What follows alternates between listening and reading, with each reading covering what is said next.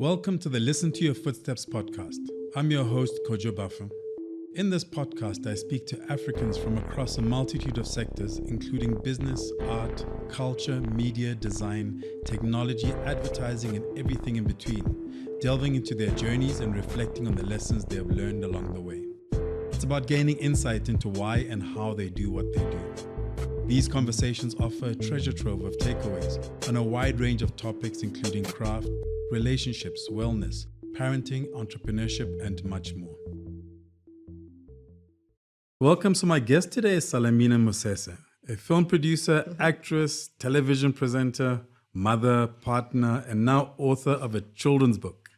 Welcome. Thank you. Thanks for having me. So how does a girl from, where? Zebediela Yes. end up in Josie Maboneng?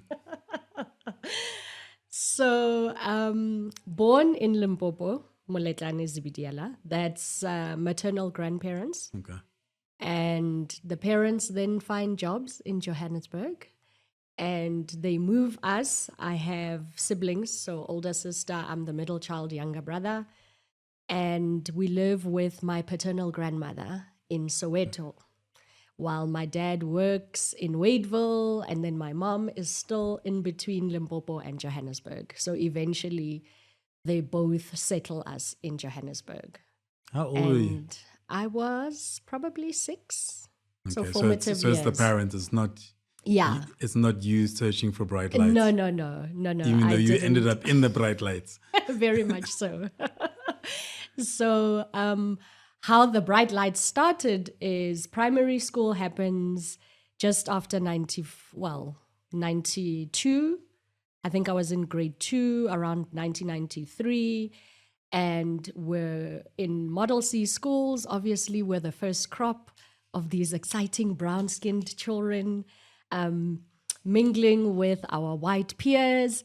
And a secretary at the school finds out that a famous clothing chain is looking for exciting new faces. And she points at me and she's like, try this one. I was very, very shy. But I did my first photographic campaign and it was a back to school campaign. And after that, each time they needed a child to pose for photos, I ended up being the one that was picked. That sounds borderline dubious. It's like looking for the black child and person's like, we got a couple, try that one. I tried that one. Look, they did obviously get consent from my parents and there was some money exchanged, but I wasn't involved in any negotiations. What was it like navigating those spaces? So, I mean, as a 6-year-old, you come to Joburg, but you end up in Soweto. And now there's a lot of change going on in the country, therefore, from a micro level within families. And then you're ending up in these schools where you're surrounded by people whose context is very, very different from yours. Very. Look, it was a big adjustment. I think not only for us as the children, but for our parents as well, navigating this very new world. And also feeling very much like guinea pigs, being pulled left, right, and center. And also feeling like you carry the hopes and dreams of the Black nation on your shoulders because you're the example. A lot of the people that we were interacting with had never interacted with young Black children at that level. And then also learning in this new language. When I was in grade 2 coming into Emerensha Primary, I did not know anything beyond my name is Salamina, I live in, and my parents' name are. That's literally about it. And then you're thrust into this new world where everyone is always like, oh, she's so cute, point her there, oh, come here, do you want to play? And, so it was an exciting world, but it was really, really daunting. And there was a lot of pressure to perform in a way. And it's just so interesting that that's literally when my media journey also started. So it was also just not understanding this new world that I'd been thrown into. There was a lot of learning on the go. But I will say the school that we ended up at, my brother and myself, they were very open to doing the learning. So it didn't feel like we had to do a lot of teaching. They were trying. The teachers were trying, and they were asking the right questions. And yeah, it wasn't always, I don't think they always got it correct. But I never felt, and I guess, I mean, we were young, right? I was only 6, 7. My brother, 6, 7. Yeah, I was 7. My brother was 6, 5, so grade 1 level. And we really were, I think, there were probably 10 kids from Soweto, from the surrounding areas, the townships mostly. We were not in the feeder zone, but they had allowed us to come into this new world. That suburban life was completely foreign to us. And also for us, having come from Limpopo, very rural, already Soweto was mind-blowing for us. And then moving into that green side, Emmarentia world, completely mind-blown as well. So you were constantly navigating 3 different worlds and then still trying to learn a new language. I think to some extent it would hold you in good stead in terms of being able to manage and navigate change. And it helped that you were young, because for a lot of people, and I know older people from kind of who are old in that era, there's this sense of feeling like you don't belong in your own country, in your own city, in your own society, in your own environment, and navigating those internal doubts with trying to carve a space and carry the hopes and, like you said, the hopes and dreams of entire families. Yeah. Look, for us as kids, it was really very different. I saw the struggles that my parents were having each time there was like a parents' evening, and being asked to contribute when you have just no idea what does that look like, being asked at these PTA meetings, like, oh, we need more involvement from you. My dad is dropping us off, we're waking up at 5 a.m. to drive from Soweto, coming to Emmarentia. We're in 3 hours of traffic. He's still going to, Germiston. He has to drop my sister at a different school, So there were also these expectations and these worlds that were constantly clashing, where it just felt like, your parents are just not involved enough in, there was a lot of that. And I saw the struggle. He was always late to pick us up. We were always late for school. And then it was those conversations like, why don't you guys just wake up earlier? And it's like, you woke up at 6:45 to be here. We actually woke up at 4:30 in the morning. So it was just constantly coming from such different perspectives. And then trying to find your space in that world. For them, I think it was really harder for my parents than even for us. And what helped in the end are the kinds of friendships that we ended up forming also because of proximity. Then you have a white best friend, and it's the mom who will pick you up and they take you home. A lot of the time, people assume you're the helper's child. So there was a lot of that. But yeah, interesting time, because actually it was all of that came back to me when I entered the children's book space, because some of the stories were inspired by that era and that time, and it fed into the creative. How old are your kids now? My daughter is 13. And games. Yes, the firstborn is, Teenager. first year in high school next year. And then my lastborn. So I have 2 girls. She's 4. So because I didn't go to school in South Africa, it's been interesting for me navigating South African schools as my kids go through school.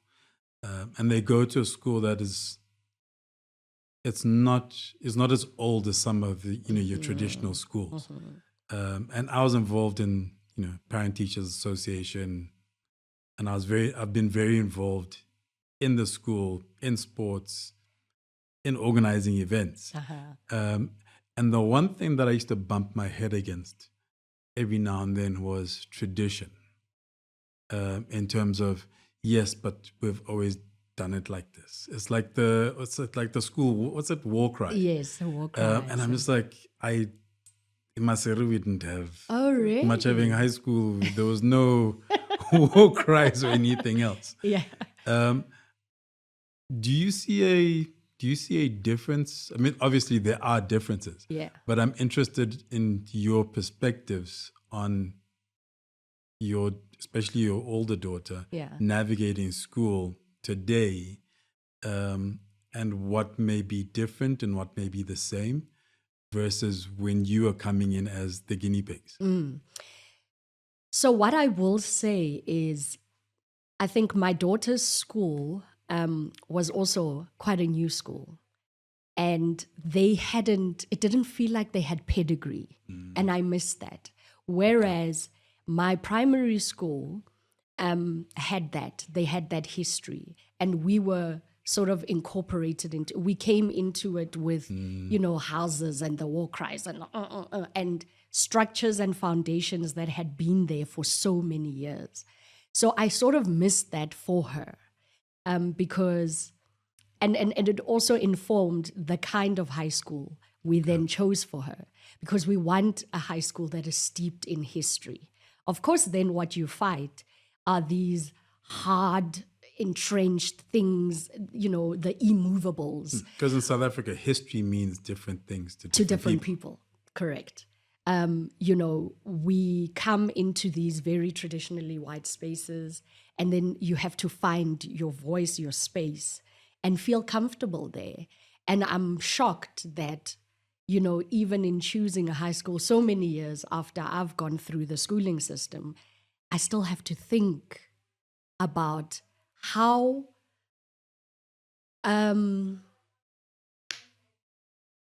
what I'm looking for the word. I see you looking for. I see you looking for the politically correct words. It's fine. I like to be polite. Take your time. Take your time and find the words. How open to integration is the school?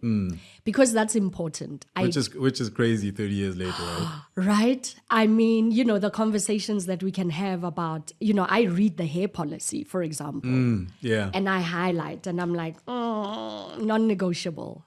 We cannot still be debating this so many years later. So those things, are important to me. And I don't want my daughter to necessarily have the same battles that we had. In our time, it was non-negotiable. Yeah.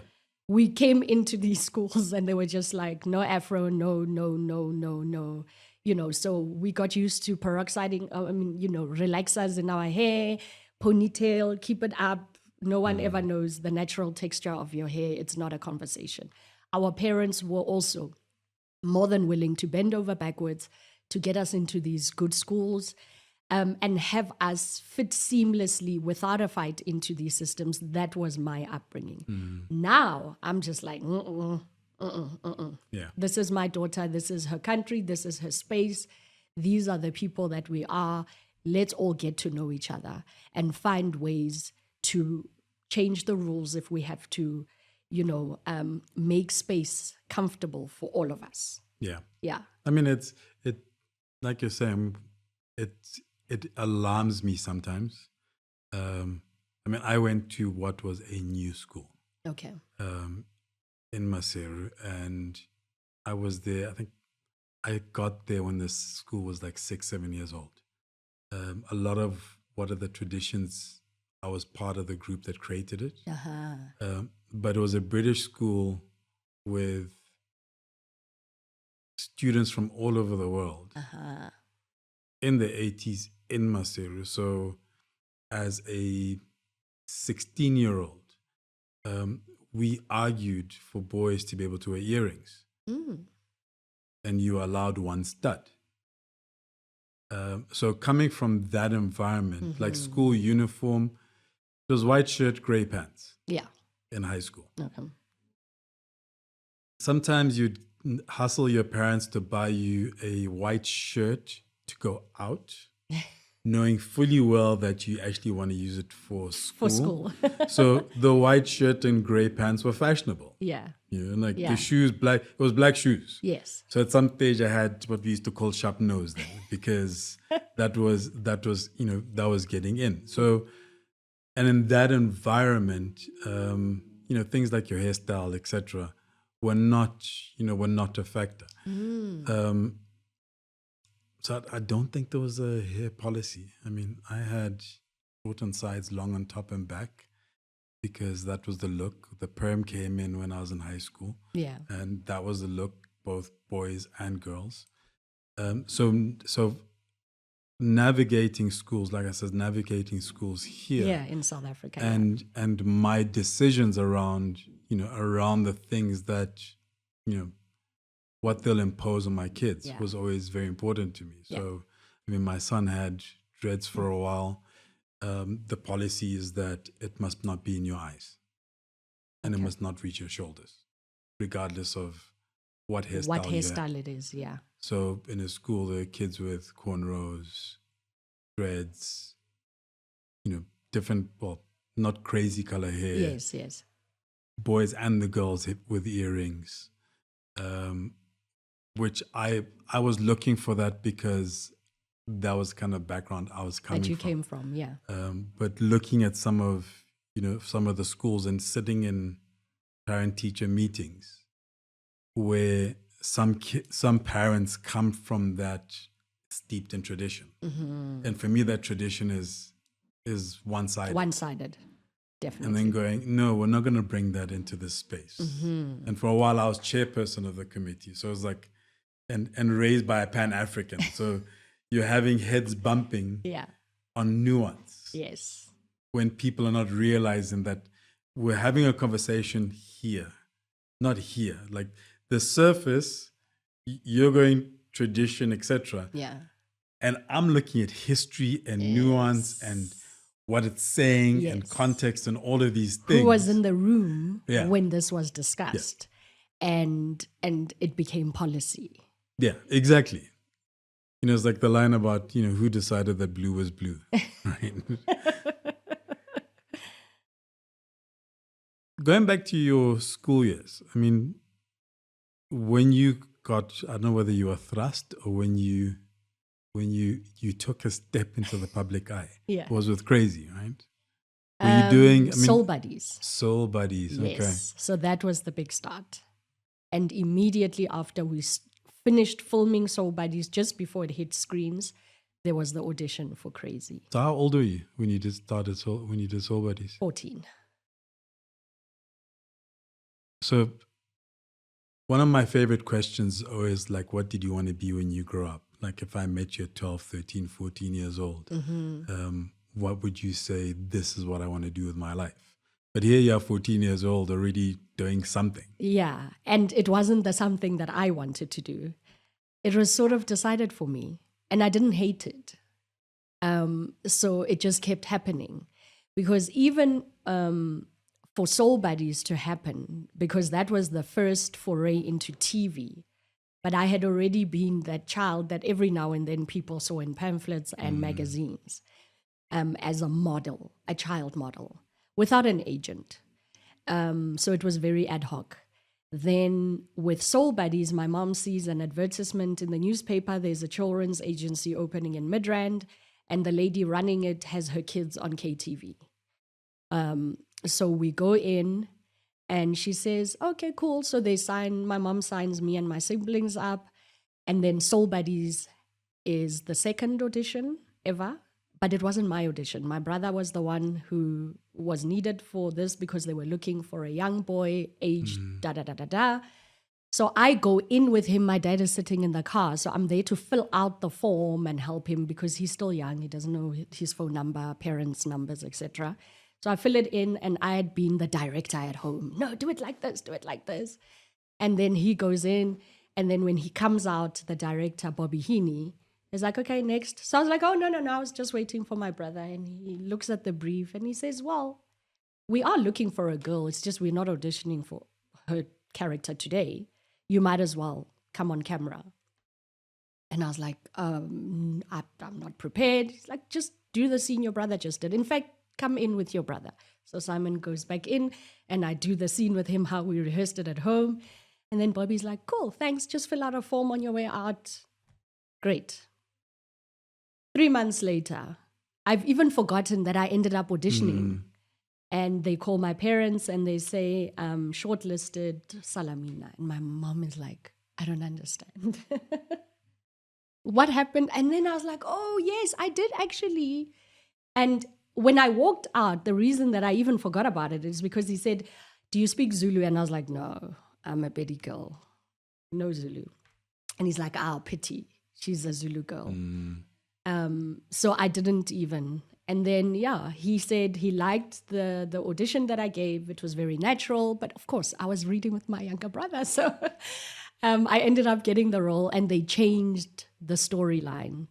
The Zandi that I ended up playing grew up in Limpopo with her grandmother. And my brother, whom they cast actual Zulu boy, grew up in KZN. So now we were coming into Joburg together to live as a family for the first time.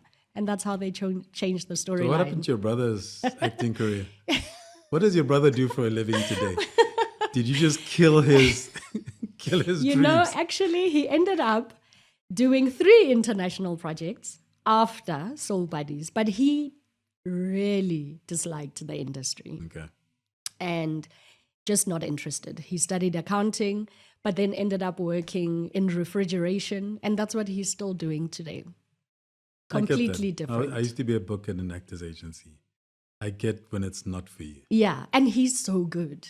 This is the irony of it. His talent. Krista Schamberger, she's like a very well-known international casting director. Every time she struggled to find a boy, she would call me and she'd say, I'm not finding the right person. Please, can Simon come in? And each time he would come in, he'd get the role. So Krista ended up being his agent because he was just, every time I was like, just join an agency. He's like, nah. But he's done 3 projects on TV. And then after that, he was like, I'm retiring. Thanks, Sally. I joined an agency when I moved to Joburg. I think I went to auditions for a year. Didn't get anything. And then I decided to grow out my hair. And I grew an afro. It was fortuitous. So what's the name? Damon was on Big Brother. And then Mark Lottering grew an afro. And then all of a sudden, if you were, what's the industry speak? If you're a cappuccino with an afro. Yes, cappuccino with an afro. You're a cappuccino with an afro. All of a sudden you were, that was the look. Like liquid gold. And my agent said she was pushing me for the kind of corporate business look. Yes. So I had, bald head, goatee and mustache cropped. And I used to go to the barber every week. And then I got 2 ads.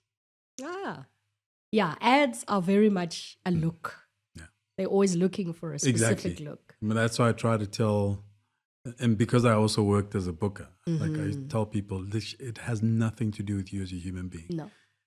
It literally is whatever image the agency person had in their mind, and then the conversation they had with the casting director and how that image was transferred and evolved. Yeah. That picture they have in their head, it's how close you are to it. True.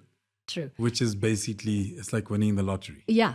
A lot of the ads that I ended up auditioning for I'd get the casting director would put me like next to a girl with these long brown legs, and then she'd be like, oh, it's such a pity you're so short, darling. I wish I could move, put your nose on her face and her legs on your body. And that's really what commercials come down to.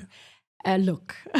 I later discovered that I'm not even a bad actor. I think bad is still being generous. I auditioned for a couple of TV series, and my last audition, one of them, was one of the soapies, and one of the stars in the soapie said to me, "Listen," who I know called me and said, "Listen, we're doing, doing audition, and of what I know of you, I think this is you. Okay. And she left set to come and do my audition with me. Okay. And the following day phones me and is stuttering on the phone. And I'm like, no, don't worry, I know I was bad. She's like, yeah, but I don't get it. She's like, I know you. I don't get why. I'm like, no.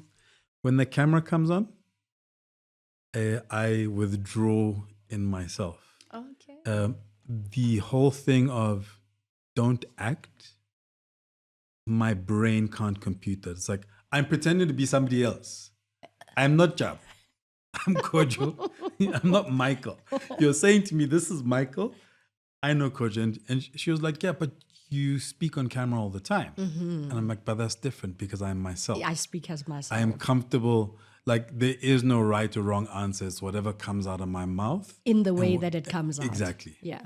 And so I wrote that off. And this is like over a 15-year period where I got to understand that about myself. And I'm like, okay, maybe if I went and studied, maybe deep down inside, or the list of things I have to get done in my life. Yeah. Not top of my priority If I don't list. act, it's all right. Cool.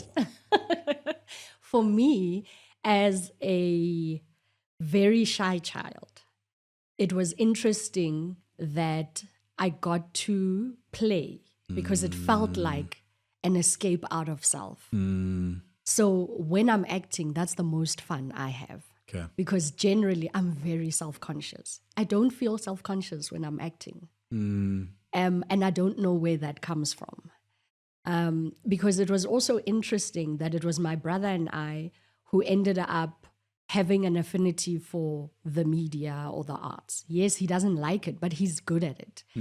We were also the ones who had role plays, and like for hours and hours on end, we would use shoes as human beings. So we were writing scripts, we were creating these dramas, and it would keep us busy for hours. And it was like the most fun. We were pushing cars, getting into cars, the characters had houses. We would change our voices, and we didn't realize then we were acting, we were producing, we were directing. And he had like his favorite characters, and we remembered the shoes had names. There was Andrew Hello, and they have love triangles and work fights, etc., etc. So I think we were always doing it. So it was strange for my parents because they didn't expect that the industry would work for me. My sister is the social one. When visitors come, I was the child who would hide behind my parents, and they'd have to be like, come, say hello to the people, kind of thing. So when Bobby cast me for Soul Buddies, they were just like, what is going on? And then the fame happened, and it was my worst nightmare because now I couldn't be anonymous anywhere we went. And Soul Buddies ended up being such a big show. We didn't expect that. We knew nothing about this industry. Even when my mom signed us up, it was never that they had these dreams for us. They didn't think it would go as far as it went. And neither did I. So it was like a baptism of fire. And so what? Soul Buddies too crazy. Yeah. And now I went from Soul Buddies starts and finishes, and now I'm on TV every afternoon. Yeah. And my life completely changed. And at a time when the society has evolved, so your peers are engaged with you, and they're now creating the stars because they're following you, and you're reflecting them and their lives. And we're at a particular point in the country's kind of history and evolution and transition with your generation, your peers starting to carve a space for yourselves. Yeah. We were influencers, Kojo, at a time where we didn't understand. Like, I remember even as crazy presenters with Stefina and Ketiwe and them, and we would get letters from prison. And we'd have to read these letters. And it was just insane that we were providing entertainment, even for incarcerated individuals. And then we were getting letters from parents saying, these girls are too skinny. My daughter is trying to look like Stefina. And there was always something. Usually, during netball season, obviously we're doing a lot of cardio, we're running around. We had full lives because we were still in school. And then we were jumping into taxis and coming to Red Pepper to film, in Linden for Crazy. And then we were running around. And then for Soul Buddies, I was out of school for like 3 months. And I'm writing exams on set. Usually it's in public places. I remember there was a day I was writing a maths exam in Hillbrow, just under Ponty. And as I was writing, I had my little cell phone there because they used to time us. And then we got robbed. Like a guy just ran through the park, grabbed my phone. I'm like saving my papers, my books. And on the other side, they were still filming. So that was also just, there was so much happening in our lives. And then we were still trying to be these normal teens, but there was nothing normal about anything that was happening in our lives at the time. And then when you go back to school, the night before, I remember an episode of Soul Buddies, and my character had started her periods. Oh, the whole day I had these boys chasing me around with a tampon full of orange juice and grape juice, and it was Boys a nightmare. Are a problem. and often we become problematic men. It was good training for what would happen when social media started. Yeah, I guess. It sounds really intense. And I mean, with Stefina, because I worked at the agency. So I worked with contractors where she was booker. So I remember kind of watching her and her journey, but you're still engaging with just a part. I mean, another person's Tamiko Tlolo. Like I kind of remember all of you like little teenagers. Exactly. Navigating the space. But yeah, for that time and for that era, it must have been,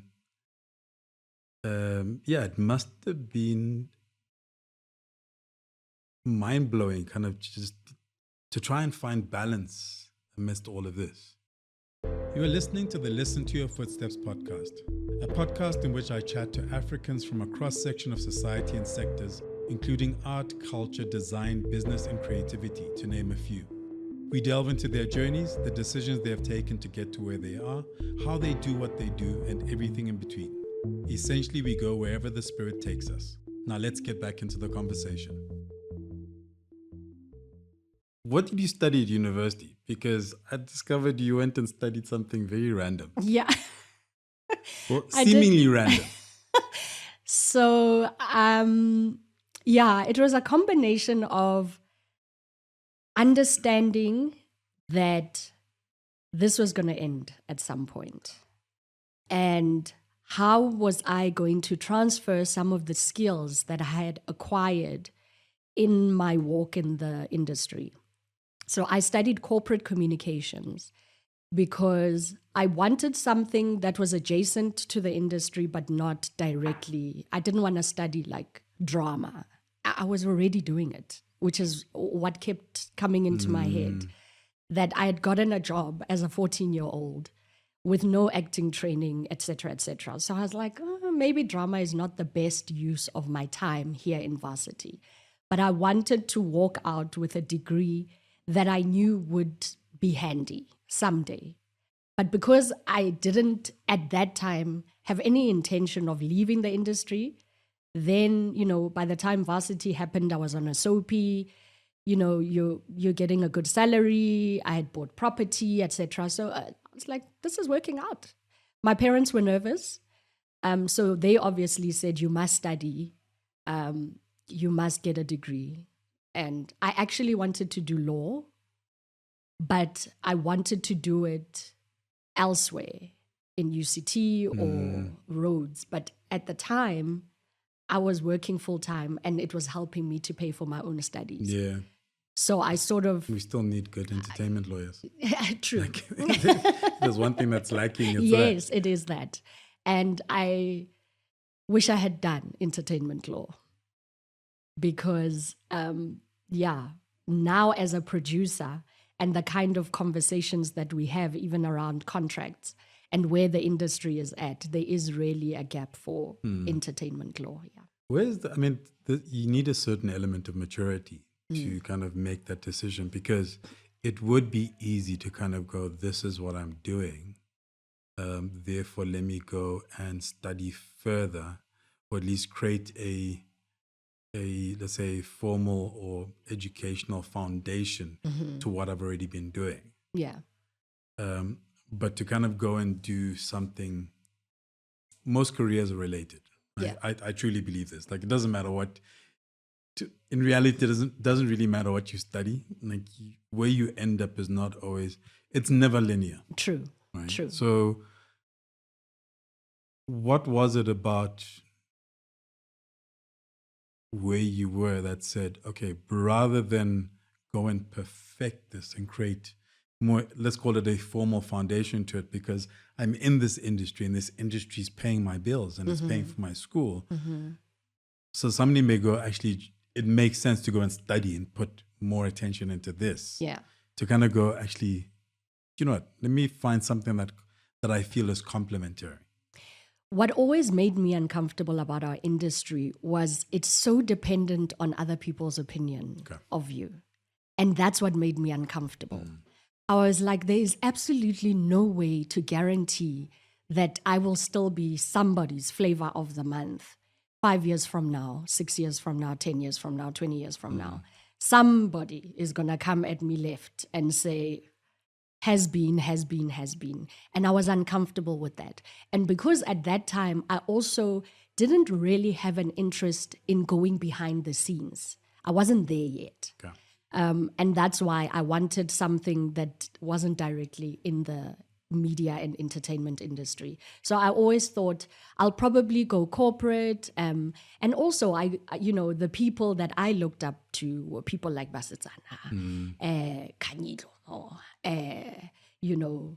the Florence Masebe, and who kind of used Jackie, who kind of used the, let's call it, the media entertainment platform to go into business, to go into a space that feels like that's actually where they were meant to be. Exactly. And this was merely a stepping stone. Exactly. So that's where I was thinking. I mean, short of picking up the phone and saying to them, did you study anything? Like, who did you speak to when you felt like it was time to pivot, kind of thing? So I was just trying to keep it broad enough. Corporate communications, my subjects were things like sociology, marketing, PR, mass communication, interpersonal communication. So it was almost like all these, the BA subjects amalgamated into one degree. It kept it open enough that I could probably convince somebody, a brand manager, to hire me, a marketing manager, a CEO to make me something. And interestingly, when I took a break in the industry, I ended up as the assistant communications manager at the South African Council for Educators. And I loved it.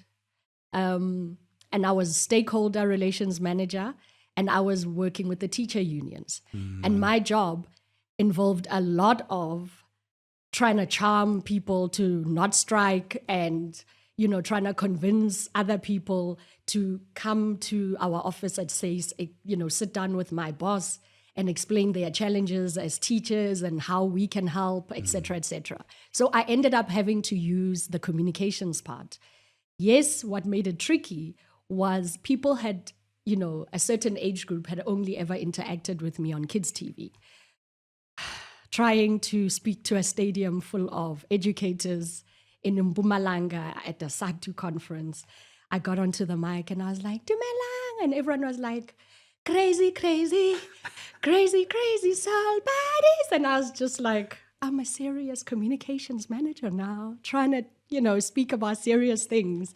So that was an interesting, very politically charged space, which I didn't enjoy the political part of it, but I felt confident in the communications part of it because that was my strength. I knew if I had to sit down and bash out strategies and, that was easy for me. And then I left the politics to my boss because I didn't do that so well. So for me, that's another nuanced element that comes from kind of culture and ritual that a lot of people don't see, which is, so I worked for my father from a very young age.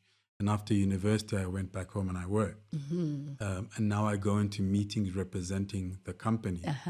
And I'm in meetings with people older than me. Yeah. I can't just walk in and be like, hi, Tabo, Yes. I'm here representing the company. There's an element of respect and there's an element of interaction, an extra step that I have to take into consideration. And if it's somebody who I called uncle my whole life, yes, and he's a minister, like there's just so many things you're navigating, while still doing business. And I can imagine having been on television with. So when you walk in a room and it's just crazy, or soul buddies, we used to have they call it bargaining council, and it's this big chamber. And I remember at some point, one of the, like high-ranking officials in one of the teacher unions was like, we're not going to be told by a TV presenter what we are going to do for the children in our school. And I was just like, I'm here in my capacity as the assistant manager at SACE, So the authority thing is definitely very tricky to navigate. And then there's the patriarchy. So I was young and I'm a woman. And then I'm in a position at this organization that basically regulates the teaching profession. So we're making the rules and we're deciding strategy, and then we're almost force feeding it, to the educators and telling them this is what, is required of you in order for you to continue practicing as an educator in this country. So it was a very charged space. Eventually, I think my manager at the time, understanding all of these things that I had to jostle. And also I would get asked, are you a card-carrying member of this party and this party? And if you sound, like you're too educated or whatever, so there were always these things that I had to, sometimes you dumb it down, sometimes you giggle like a little girl, some malume, you play the game. Yeah. A lot of the times it's exhausting. And I knew that is not a space that I wanted to stay in for too long. Because there was also, change was too slow. And, young people, we want to get in there and change the organization. And if we do this works better, and you change systems. And a lot of the time, that dinosaur is slow to move. I remember even when I resigned, the CEO was like, no, Salamina, but you were forcing us old crocs to change and I was just like, oh, I'm tired. What prompted the break from the industry, and what then prompted you to go back? What prompted the break was a very extended strike at the big broadcaster. Okay. And a long period of no pay. And the rands and cents of it. And I just remember my parents constantly phoning me, you've got a degree, you must use your degree. And I was like, oh, okay, it's time. And I remember phoning a friend who was already in corporate. I knew how to do a TV CV, and that's the only one that had ever mattered.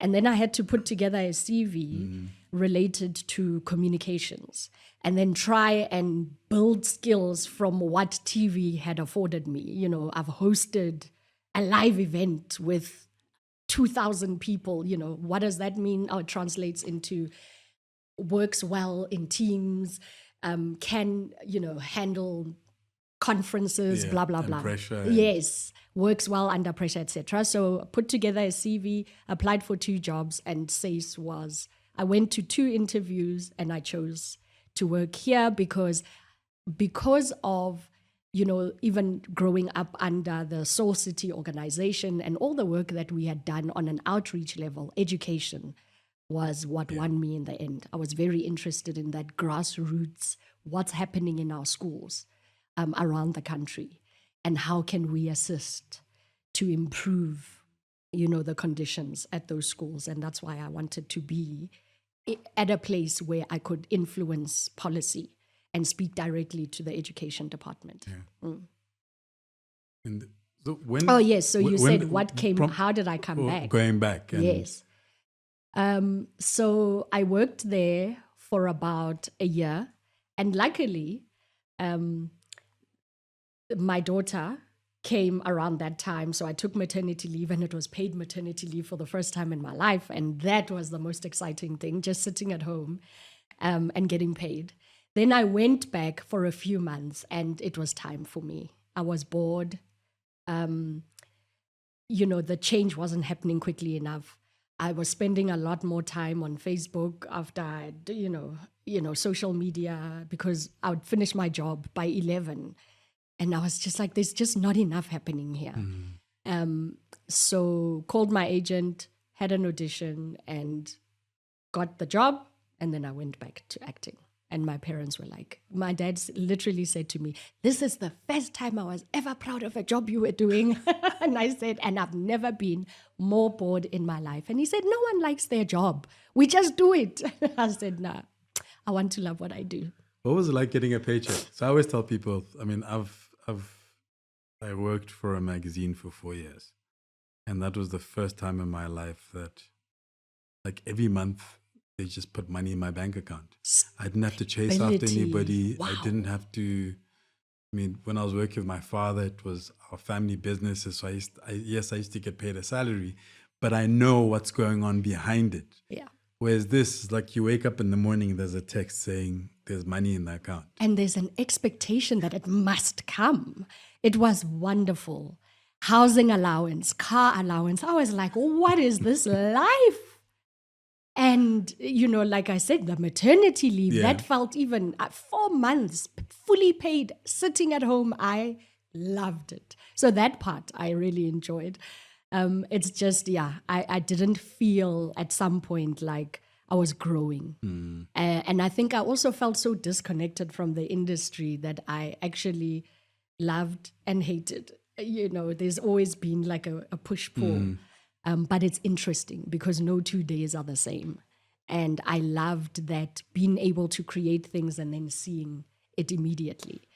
There was also just a feeling like the problems in education are insurmountable. And it didn't matter how much I did, we were just never getting it right. And I found that very demoralizing. Yeah. When did you discover that you actually like behind the scenes?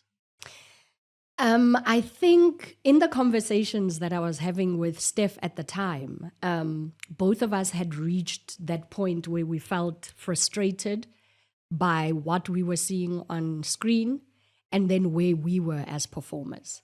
We kept getting the same kind of roles, and then we were also coming into our own, so we had very strong-held ideas about certain things. And I think the biggest thing for us was feeling like we had not amassed anything for all the years that we were in the industry. So when we started talking about entrepreneurship, I had already had a daughter. So I was already thinking, what am I leaving this young person? If anything happens to me, I have nothing to show for having been on TV already 15 years or so at the time. And that's what prompted the behind the scenes. It was, we need to start to create products and hold on to some level of ownership, which is why we never did commissioned TV stuff, because we just didn't understand this model of, I give you my idea and then you own it. And then you give me, the budget to make it, and I just break even, and then I must pitch again and hope. We were just like, no, that's not what we wanted to do. And that's why from the beginning, we wanted to be independent producers, whether it was TV or film. We started off in this kind of space. We just didn't know what it was called at the time. We kept saying we have an online TV station. So we were still thinking in very traditional media terms. But we knew we wanted to play on the online space so that our content can travel. Yeah. And then films came because we happened to find ourselves in Toronto during the Toronto Film Festival in a year where it was a spotlight on Nigeria and Nollywood. So we were speaking to all these Nigerian filmmakers, and they were making these films. They were raising money, shooting the thing, selling the thing. And we were like, huh? So you own your movie. So if I wanted you, And that was the first conversations that we were having about ownership. And we're like, we like that model. So we came back and we started to do the research on who's going to help us get the money so that we can shoot something and then have this thing and then shop it around and say, are you interested in a film about 4 women, single moms, raising children in Johannesburg? And that was Baby Mamas. Before that, we had done a film called Love and Kwaito about a child-headed household, and that really sparked everything. We bootstrapped that, shot it with money, our company money, closed everything down, laid off people, closed the office, moved back into her house, and that was our office. And, we happened to license it to one of the local broadcasters. And then we were like, okay, cool. We didn't make any profit, but we understood this is the model that we're comfortable with. No one gets overly involved in our creative. We make the thing, we sell the thing. If they don't like it, they say no. And that's what we've been doing. And now, a couple of years later, we've shot 6 films exactly like that. We raise the money, we shoot it, and then we sell it afterwards or license it. I think I had coffee with you guys once around or just before Love and Kwaito. Yes. When we were doing Aza TV. Yes. And it was from those conversations because you made us think very hard about how are we going to monetize this? And we did that chicken and egg thing for a while until we bled ourselves dry and we just ran out of money because we were using traditional TV style thinking for content that was just never going to be sold for the budgets that we were using to shoot it. So when we flipped it and did a film, that's an easier product to sell as opposed to trying to do the weekly thing, which is now what we know as podcasts. Yeah. But we were doing come to it. you guys, because I'm bad at the monetizing thing. It surprised me. So you asked us the question. It's surprising you saying that to me when, I'm bad at it. Nowadays I just do stuff because I always wanted to try it.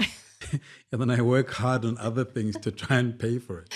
Well, you asked us the hard questions, and that made us pivot. So thank you. I will ask you the hard question very soon. Yeah, cool. So, that business is still running. Well, Sorel Media. Yeah. Not the Aza TV, but we are now an independent film producing company.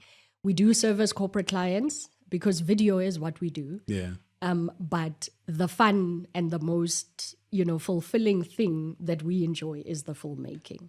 And that's a space that we are navigating, playing in. And it's a very difficult space, but we love the products that we are then able to come out with. And we're growing and finding our voice as creators and developing audiences. I think that's the main thing, is understanding that we are creating a taste for South African stories. It's either you love them or hate them, right? What we learned from Nollywood is they developed that audience, and the people who enjoy their products the most are themselves. Yeah.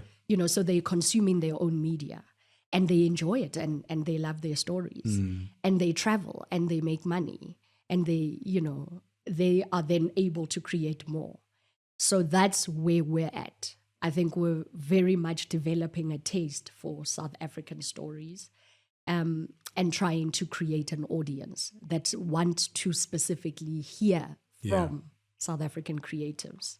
That's dope. Yeah. And in front of camera, you worked on, like, I had great admiration for the two of you, because you hosted, the Ultimatum South Africa? Yes. With your husband Tsepo. Yes. And the reason why I have a great deal of admiration is because my wife and I don't know if she realized, but I realized that we can't work together unless I'm only working on a tiny component and she's in charge. we have tried over the years to work together on stuff, and it just doesn't work. So I always have great admiration for couples who can actually work together. So the Ultimatum essay was actually the second time we were working together.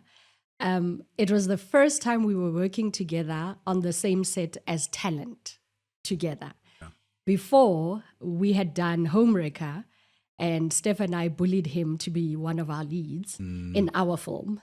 But you were the boss. I was the boss. That That's makes a good model. I like it when I'm in charge, you know. So no, the Ultimatum was fun because then, you get to experience each other as talent as well.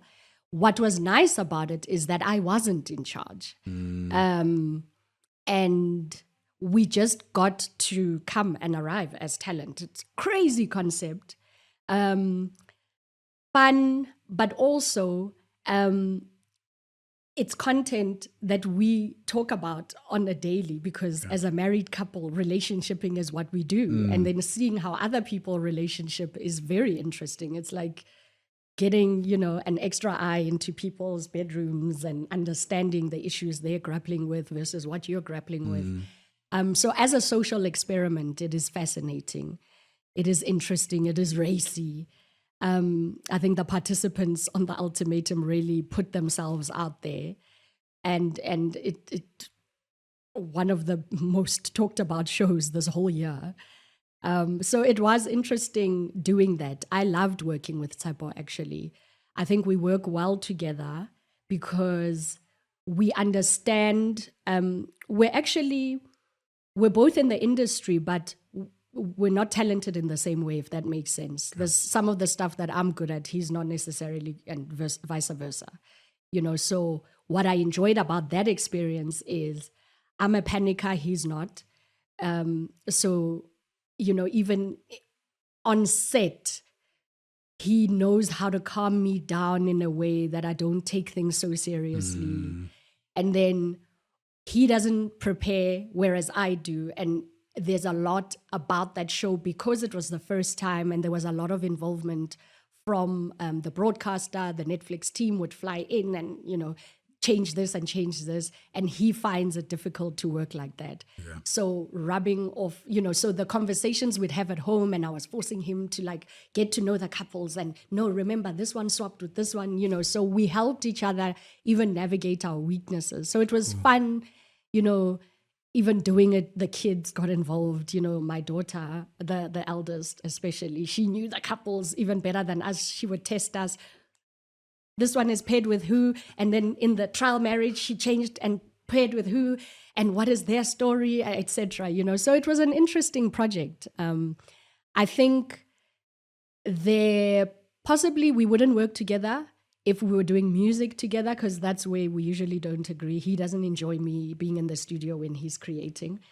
And even when I write my children's books, I only read him what I will be sending to the publisher, not while I'm doing the draft, because then his input is going to, upset me, or I'm just going to be like, no, that's how I decided I want to, so yes, I think getting to know each other is also important when you're navigating, working together, etc., etc. Yeah, sometimes you don't want the input and other times you welcome it. I welcome it as a film producer, not so much as an author. And the author thing, when and why children's books in particular? Because from a writing perspective, I I believe the people who say that writing children's books is actually the harder thing Yeah. to write.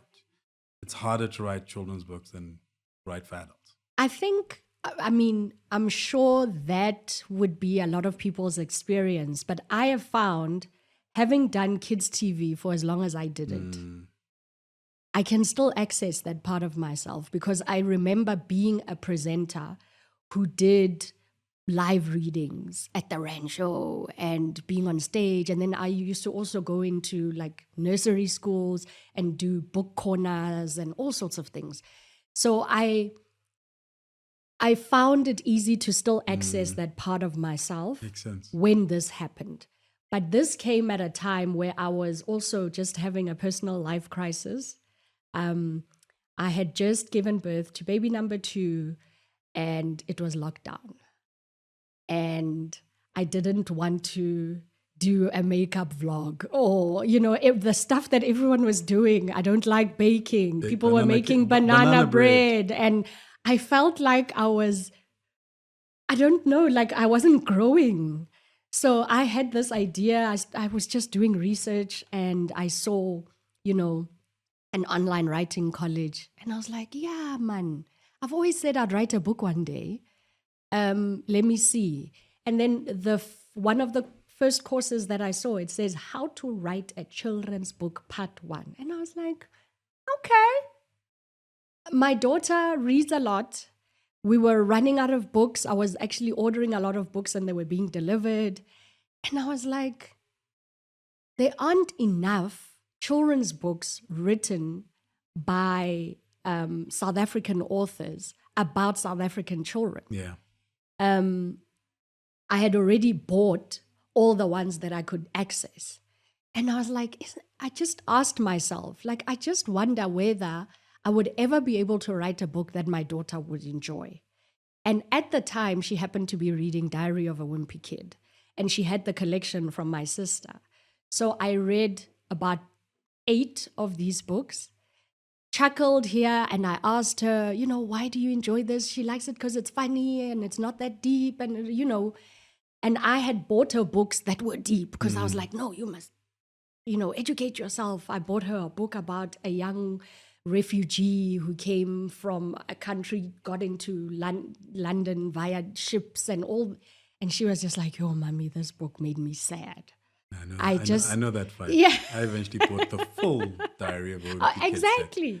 But then I realized, man, am I happy that she is reading or am I trying to, decide what kind of books? Is it that deep at this age? She's 9. So I thought, okay, you're enjoying these books. Why? And signed up for this writing course. And I remember I thought initially I'm writing a picture book because I didn't think I would have the capacity for. But after I failed my first assignment, my lecturer called me and she said, Salamina, I think you signed up for the wrong course. My darling, we're writing a chapter book. And I was like, a chapter book for children? What is the concept going to be? And she said, I don't know, my darling, but you need to, if you didn't understand, you're more than welcome to re-register. We'll freeze. And I was like, no. I'm here now. Let's see what this looks like. And I modeled my books on that Diary of a Wimpy Kid kind of. And I just asked myself a simple question, what is the world of the story? And I remember growing up in Soweto, my paternal grandmother, very strict, never allowed us to play with the other children in the street. She was always complaining about the neighbors. So we never got to interact with people except when we used to walk to the spaza shop. And that's why I set the world of my books at the spaza. It was an exciting world for me. Everything was happening in and around the spaza shop. They know everything about everyone, and that's where the neighborhood gathers. Brilliant. Yeah. What next? I think a continuation of what I'm doing. I have never been happier than I am in this space. I think the children's book space is not as competitive as the industry that I've been navigating for so many years. You can never read too many books. There can never be enough books. Yeah. There is absolutely no need for me to compare myself to any of the other writers, because my children must read their books, my book, the next one, and continue. So I find that I'm having fun in this space, so I want to stay here for longer. I think I'm also finding my voice as an author. The reason I started with the children's books is it was purely because for me, the representation conversation and what my children were interacting with in terms of media was important. I just didn't feel like there were enough brown children on TV in cartoons. So it's this now, and then it's animation. And as a film producer, obviously that's interesting for me. So I think that's the next thing. But I want to also do it at a time where we've developed characters that people want to see translate to animation. So it's not something you can do quickly. Yeah. If we're to compete with the Dora the Explorer, with the, Sophia and Elsa and all of them, you need to create characters that our children are in love with, interested in, and want to see more of. So that by the time you are having products and bags and, so that model in itself is expensive, it's tricky, you have to play the long game, and I'm playing the long game.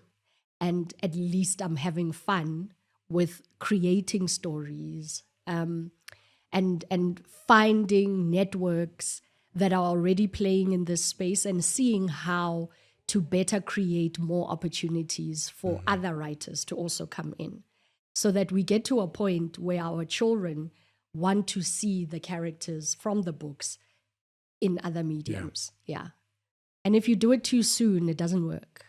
And then it's just expensive. So animation is extremely expensive. Absolutely. So you can't just, for us to be creating the Encantos, etc., it's the music. The other thing that every time I write a book, my husband writes a song.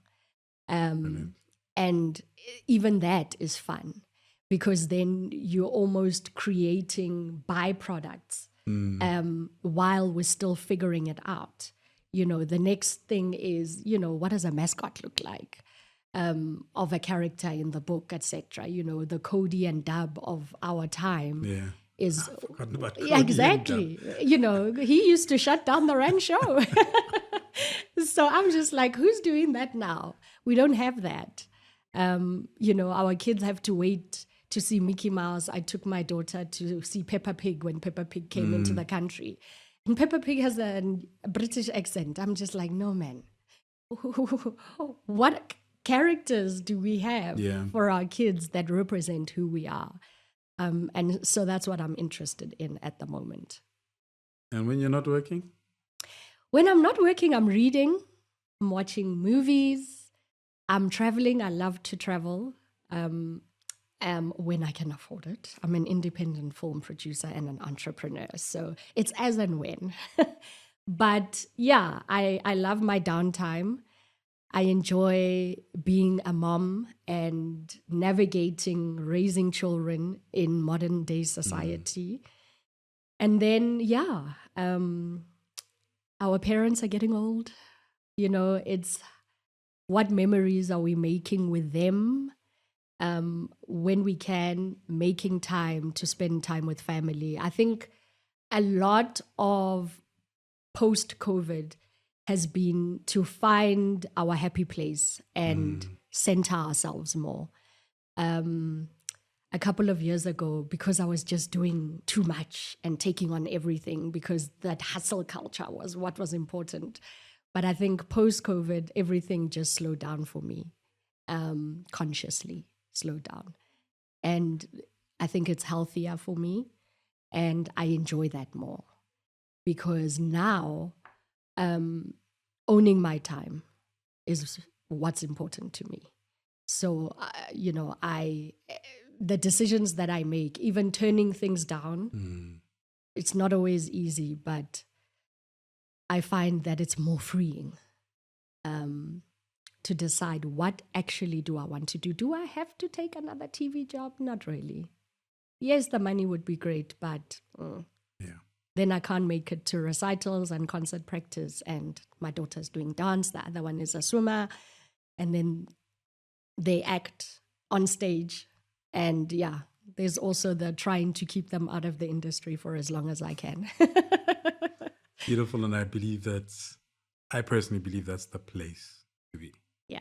To own your time, to be deliberate about how you spend it. How you spend your time, how you spend your days, your moments, the decisions that you make. Yeah. Dope. Yeah. Thank you very much. Thank you. Thanks for having me. Thank you for listening to this conversation. Please leave a review and subscribe. Check out the show notes for links to the guest, the podcast, and myself.